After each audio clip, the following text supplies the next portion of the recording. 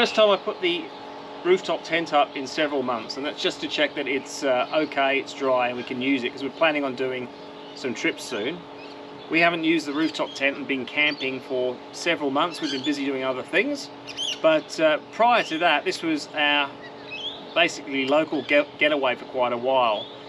And we first sort of started talking about rooftop tents after a trip in 2018 to Fraser Island, and at the time we had a different tent, and it was just a bit of a handful to be putting it up and taking it down repeatedly, so we thought this would be a better option. Well, it was heavy too.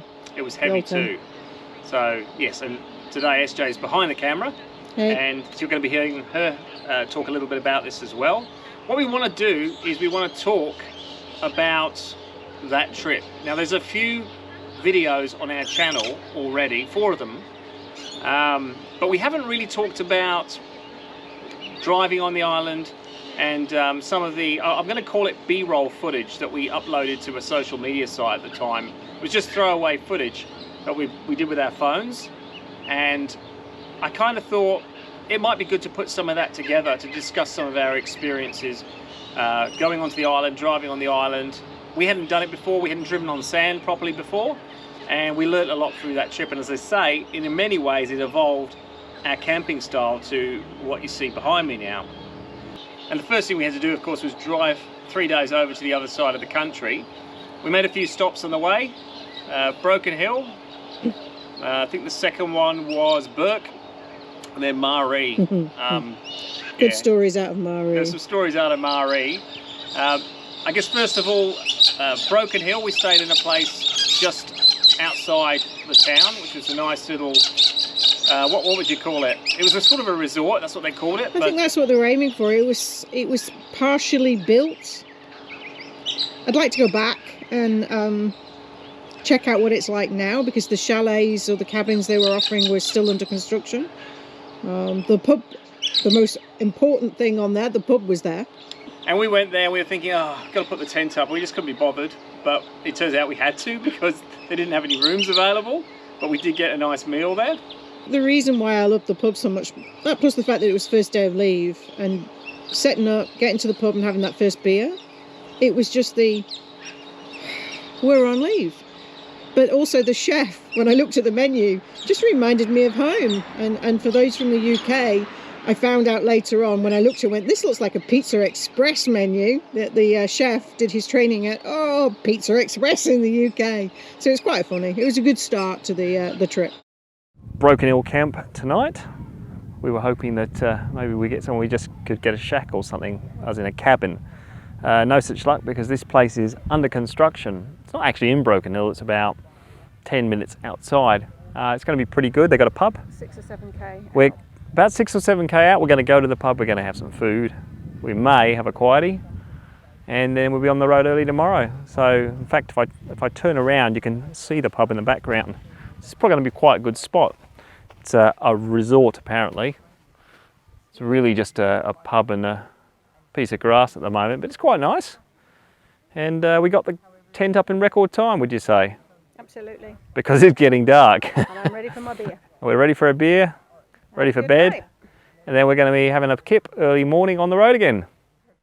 So the second night we were umming and ahhing about where we were going to stop, and it ended up being a place called Burke, which was not exactly one of the highlights. The campsite was quite good. Not the best choice. Not the best choice. Yeah. As in the town, not necessarily the campsite. The campsite was highly secure. Highly secure. That's probably the best way to describe it. Barbed wire fence.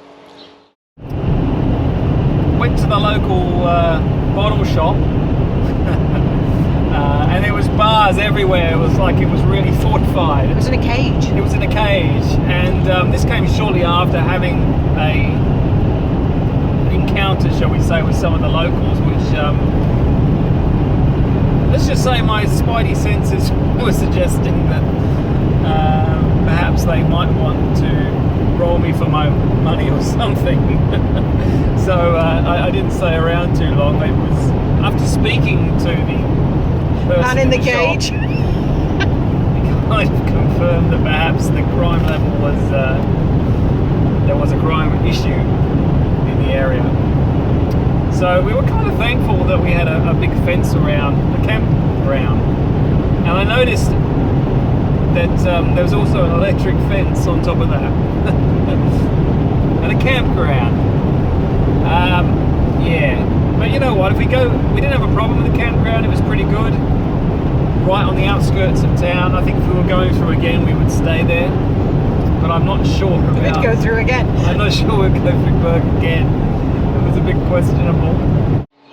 The next stop was Moree, which was a lovely campsite, and there's some hot springs in the area, and they basically built some pools, almost like a spa that you could hop in.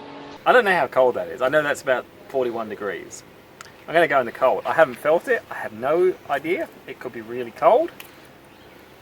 And we're going to see what kind of reaction I get. So, and then I'm going to go in the heat. Now this is really cold. It's cold.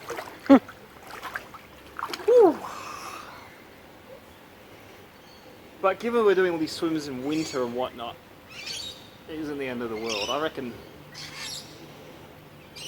I don't know, 19 degrees maybe? Okay, here we go.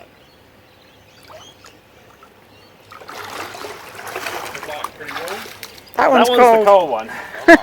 Now we go into the warm one. Now this is 41 degrees. Oh, hello.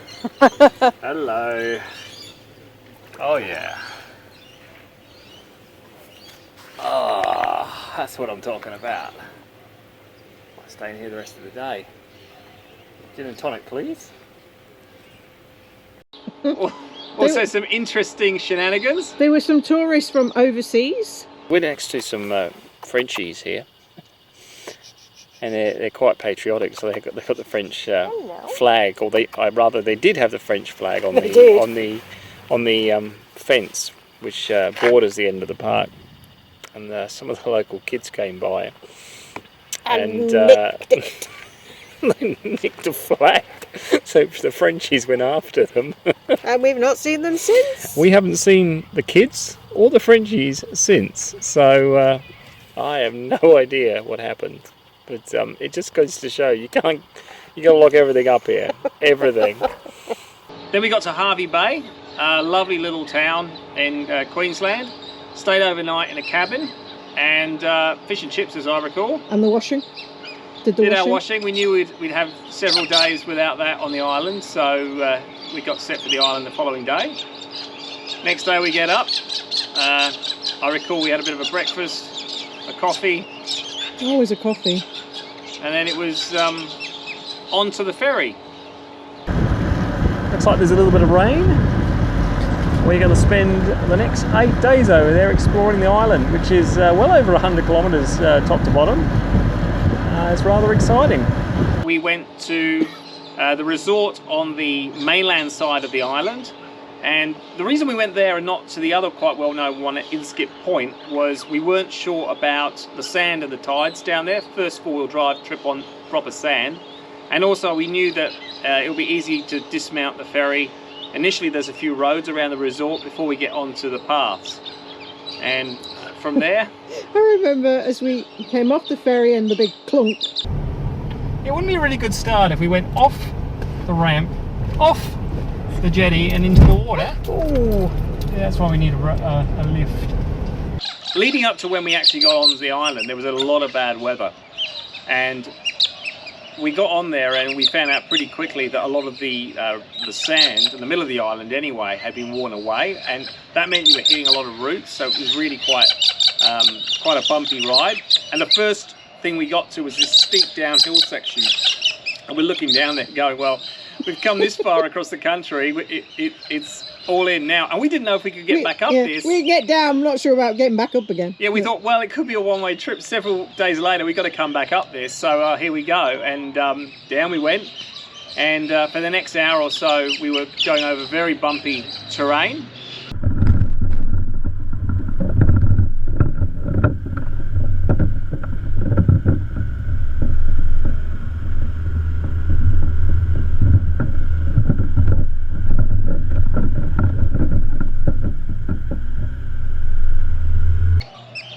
We chose to camp at a place called Central Station, which is, as you might imagine, in the middle of the island. It's central.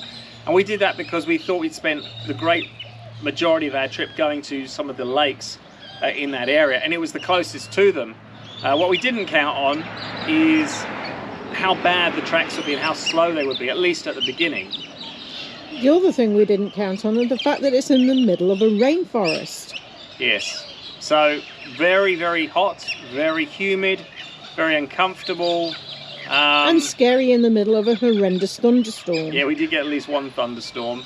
It wasn't a bad campsite, but we felt quite uncomfortable at it a lot of the time. And I think in hindsight, we definitely would have stayed on the coast the whole time. It's a safe campsite. I think that's what appealed, because it's enclosed to try and protect you from the dingoes coming and raiding your campsite. Even though they did still warn you not to keep food out and about, even in boxes, don't keep them out. But that was in a locked area, and it had hot showers as well. But it was just so humid with the rainforest. It was just not a lot of air circulating. So the first couple of days were all around getting there, setting up, and then we had the 12k swim at Lake McKenzie. And I'm not going to go into too much detail about that because there's a whole other video on our channel about that day. Suffice it to say, I've got some, you might call it B-roll footage of when we came back. Well, we've just done 12k's. Well, I've just done 12k's swimming within Lake McKenzie. I have to think about the name there. I'm that frigging tired. Whatever it was long. Sarah says I deviated a little bit with my path I took. I'm shagged. But, you know, we got a few of these to wash down our troubles and sorenesses. And a couple of them. It was a long day. Very long. And then we finally got onto the coast, onto the western beaches. And that's like the big highway at Fraser Island. So, you know, if you want to be travelling around the island, you get on there, you can actually get up quite a bit of speed. What you do have to watch out for, though, are these things. There's lots of little creeks. This is tiny, but they can be a bit deceptive. So you just got to slow down a little bit. But this is the highway, and look, we've got, this is just really nice actually. Lovely beach, surf. The idea today is to go all the way past Indian Head, past the bypass, which sometimes people get bogged at. I actually don't think we have any problems at all at the moment because this has just made the ground so much harder, which is a double-edged sword because the inner roads are, you just bounce continually. Mentally exhausting. That's what you have for like 10 kilometers at, you know, 15 kilometers per hour. It's not fun. But this, where it's a little bit softer, or we can go a little bit harder if we go towards the beach, it's much more of a pleasure to drive on. In fact, we will go a bit closer just to get some harder sand. We don't want to get too close. We don't want to have salt water on the car. Just want nice, easy travelling. Let's say that's about right. High range. Finally back at high range. Coming up to a fairly famous landmark on Fraser Island now. This is the Mahino shipwreck. Oh, there's a tour here. As always, lots of tourists. Yeah. That's actually more broken up than videos we've been watching recently. It looks like it's taken a hammering recently. Not bad weather recently. Let's have a quick stop here, I think.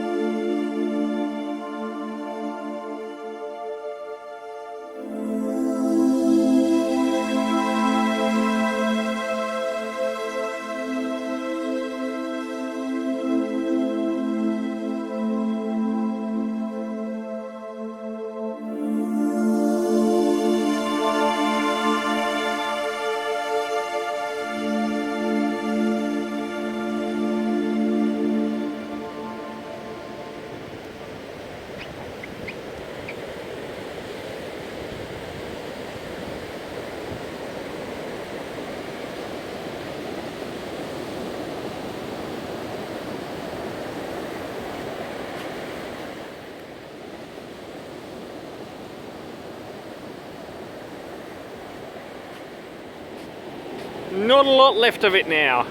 Just goes to show the power of nature.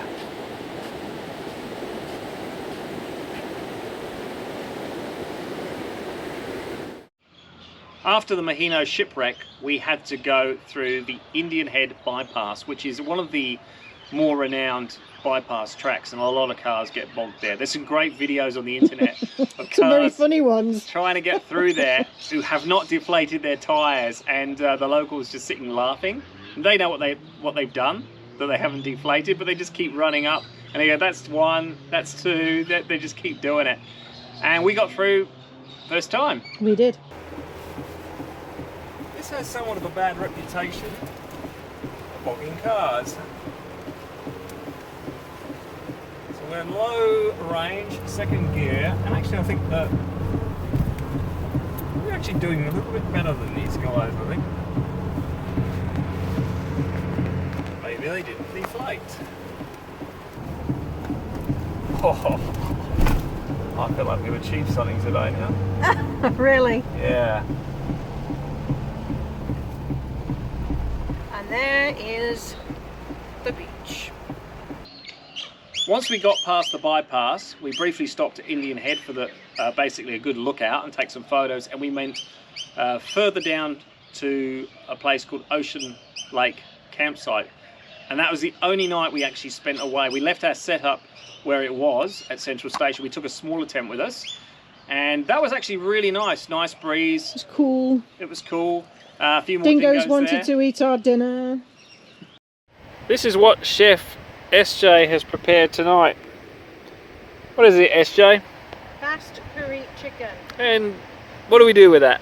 Eat it. Not an episode of The Castle, but what's in it? Chicken. Oh, but it's what you do with it. What do you call this? Chicken. Yeah, but it's got something sprinkled on it. Seasoning. Seasoning. What's in it? Chicken. No shit. Curry paste, onions, tomatoes. Coconut oil. Milk even. Well, we better scoff it down because there's a few hungry dingoes walking around. Yeah, they have been checking it out. Yeah. There's a lake there. In fact, I still have a dent in the top of our roof rack, which is from there because I reversed into a tree. But we got in. It's not advisable for your health of your car. It's not the best, but we got into the lake, had a bit of a swim. I had one of my Russell Coit moments. If you don't know who that is. Found our way into some pretty special, hard to reach mountain country. It's fairly difficult. He's insane. Oh yeah, we're motoring this time. We're really motoring.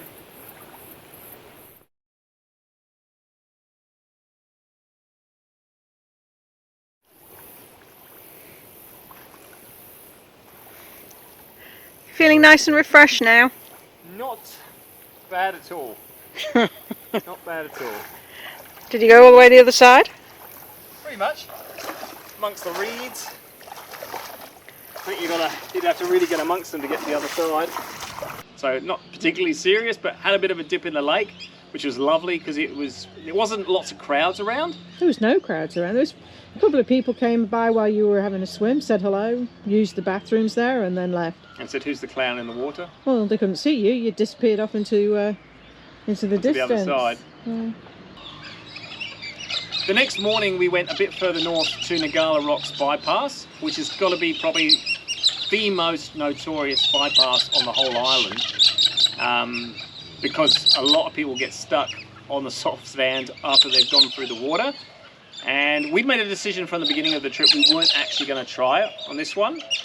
We probably could have got through, I think, but we didn't have a winch, we weren't with anyone else, so we decided just to go down, watch what other people were doing. Watch other people get stuck instead. And watch other people getting stuck, and plenty of them did. And it's a big bottleneck, so once one person gets stuck, it's like the Hillary step on Everest. Everyone gets stuck behind I think them. the worst thing is people coming through the rocks can't see there's someone bogged further up where as you come through the rocks, you've got to, I guess, get a bit of more momentum going to get up the sand.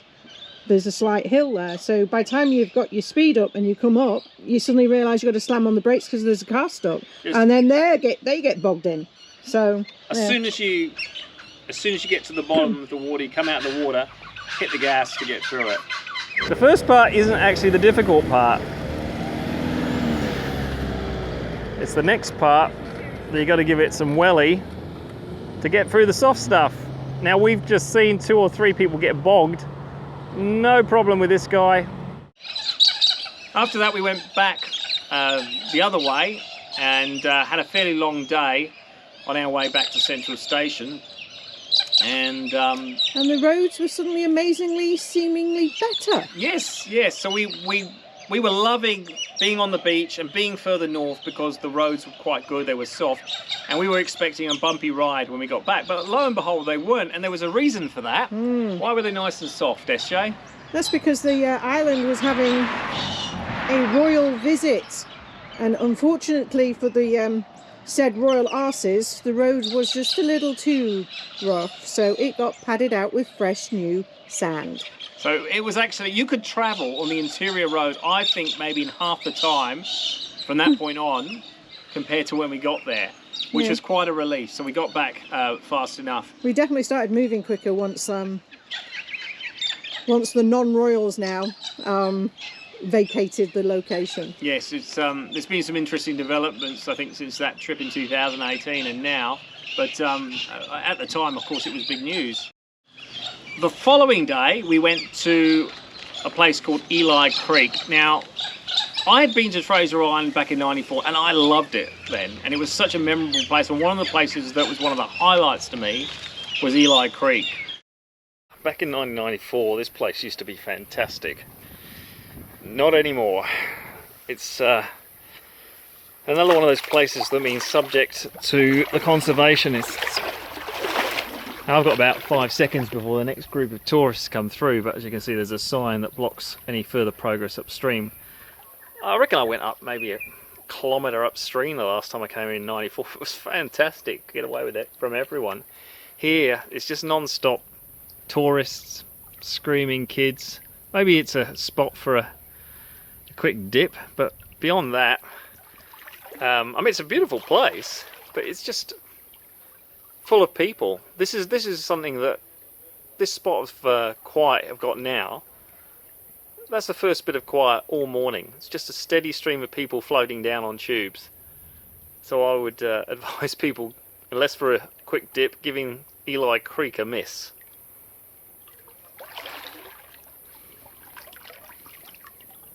So we didn't stay there too long, and we went to another really well-known landmark on the island, Lake Wabi.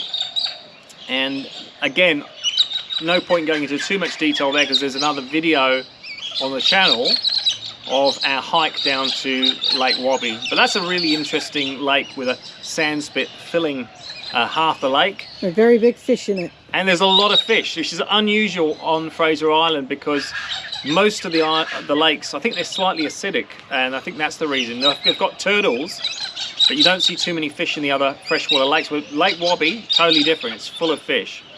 So, you can see them from the surface. The following day, we were thinking of doing another trip around some of the freshwater lakes, but we heard, and this gets back to the royal visit, that they were too.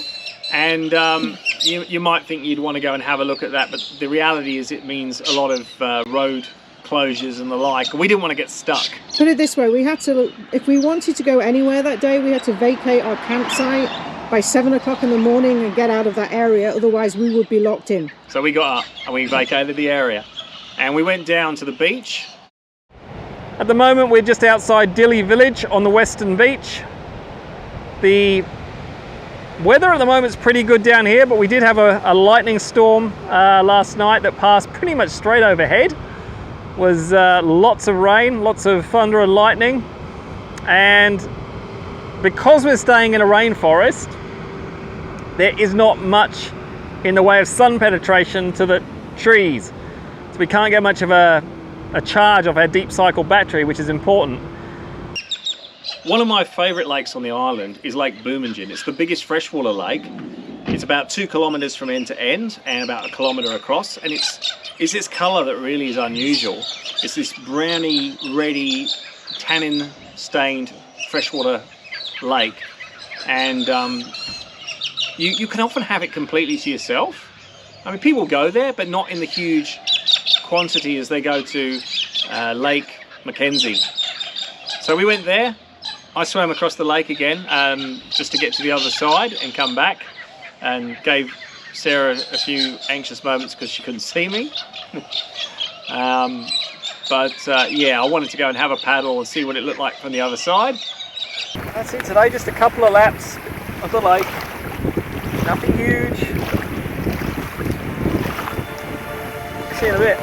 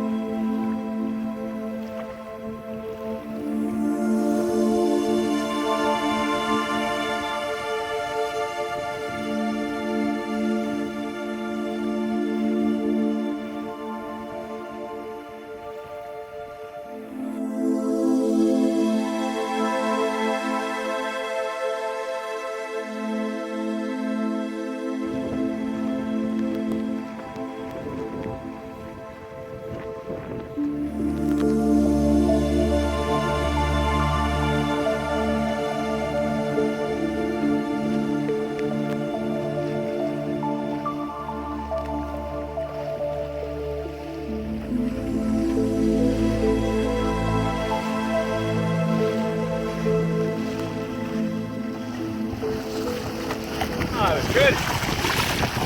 Not too cold at all, lovely. The problem is you swim back in directly into the sun. At least you can navigate by it.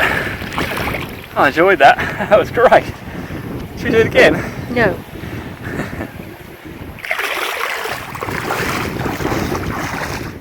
The last full day we spent on the island, we got up early so we could get to Lake McKenzie before the crowds built up. It's early morning.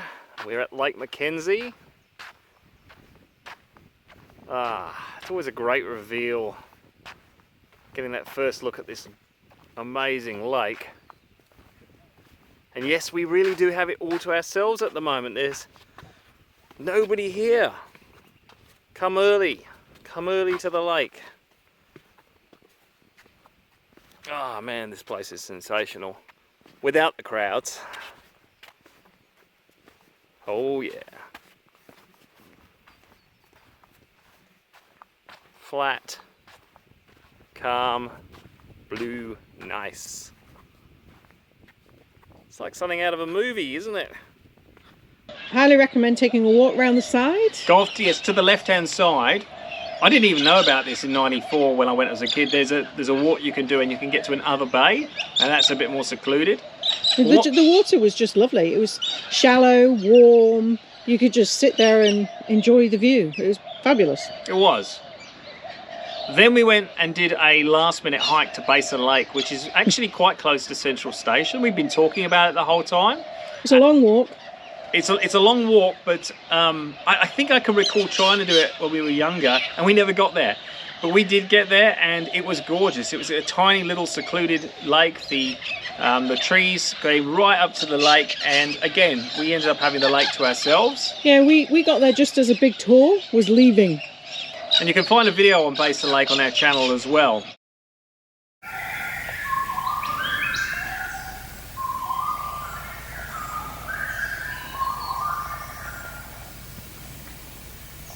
The following day, we got up early. We went to basically the resort again. We did get up the hill. We did get up the hill. It was a nervous moment, but it was no problem at all. In fact, we came away from the island being really quite confident in this car's ability on soft sand. It's one of the things that actually I'm really pleased with. I might get a little bit of a lift and things like that, but we came away thinking, I think we were just a bit confident in the ability of the car. We weren't sure what it would do before then. We had some breakfast and then we went down to McKenzie Jetty, I think it was. That was another very long walk. That And was a long- somebody whinged his entire way through it. I wouldn't have any clue who that person was. It was a long, hot walk, and that's right. I recall there was a gentleman who decided to disrobe in front of us. Yeah, there was I'm not sure if he was taking a bath. Or something else. Yeah, yeah. We had to warn some families with young children coming up. Don't go down there yet. Naked man in the water. Then we got on the ferry for our trip back.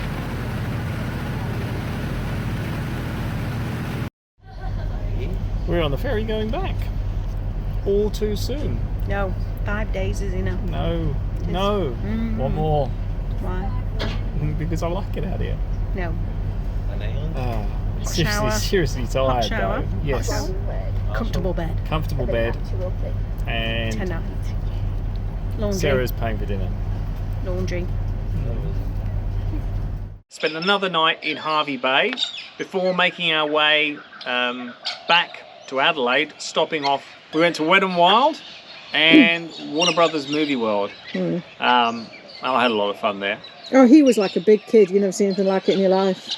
I actually got an express pass, didn't I? So I could keep going on the roller coaster and then go back to the beginning and just kept doing it. So we got our money's worth. There are some very embarrassing photos of me just losing it because I am not a rides person. I remember there may have been a few expletives from SJ's mouth on one of the water slides in particular. And, yes. Yeah. Not my proudest moment, but I was terrified. It was good fun though. And then we did the Great Ocean Road, and that was quite crowded, but it's very pretty. And the last thing we did was we stopped very briefly in Mount Gambier, and then we came back. So that trip, in many ways, was a starting point for the discussion that led to getting a rooftop tent, because on Fraser Island, what we really wanted to do was go from place to place to place and basically be able to put up and pull down our tent a lot quicker. And we couldn't do that with the tent we had, which is why we left it where we did. And in some ways, I think that's why we committed ourselves to spending most nights at Central Station, which in hindsight was a mistake for us. And we also got a few other things which we're going to talk about in a later video with our basically our awning and our shower tent. And yeah, that was the metamorphosis in many ways for the setup we currently have. So on that note, we're getting ready to go back out on the road at some point. We've been busy doing other things, but we are getting ready to go out with the four-wheel drive again. We opened it up today, and it all looks like it's in one piece, so that's a good start. And dry, no mould. No mould, that's definitely a good thing.